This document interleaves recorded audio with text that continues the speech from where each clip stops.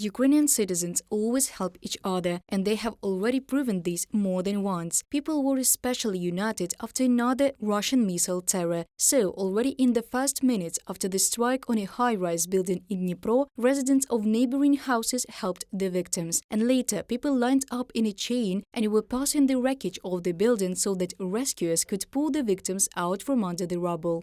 Now there are much more people here. Civilian cars are blocking the passage of rescue vehicles, so the police ask everyone to get their cars away from here. Men are raking in the rubble with shovels. A woman is doing the same, but instead of a shovel, she is holding a road sign, "Turn off a pole by an explosion." Together, people push the burnt-out car to the side to allow vehicles to drive up. A living chain is being built. Literally everything is passed from hand to hand: stones, pieces of windows, tar from the roof, a broken air conditioner.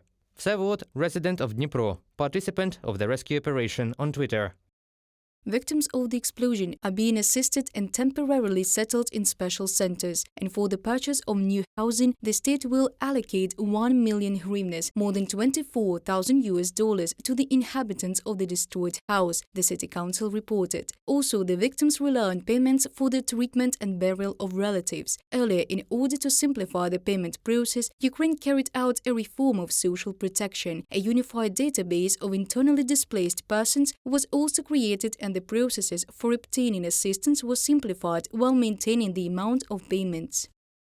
Now, in order to receive benefits and payments provided by the law on social insurance, you can contact any service center of the Pension Fund of Ukraine or through the web portal of electronic services of the Pension Fund of Ukraine. For insured persons, through a personal account that allows you to create and send an appeal. Ministry of Social Policy of Ukraine on Twitter.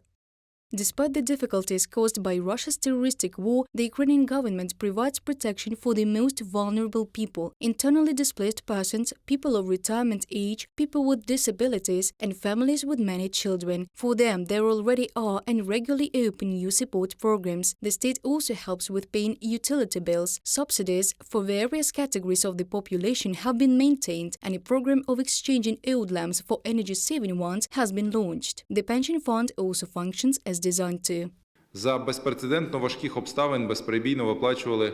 We were paying all social benefits uninterruptedly in unprecedented difficult circumstances. In total, last year they were accrued and paid in the amount of almost $20 million.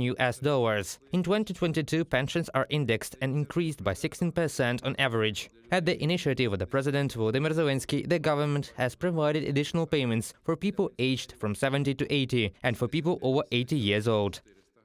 In total, in 2022, Ukraine paid pensions to 11 million citizens on time, and budget revenues from employers turned out to be 6% more than planned and amounted to more than $9 billion.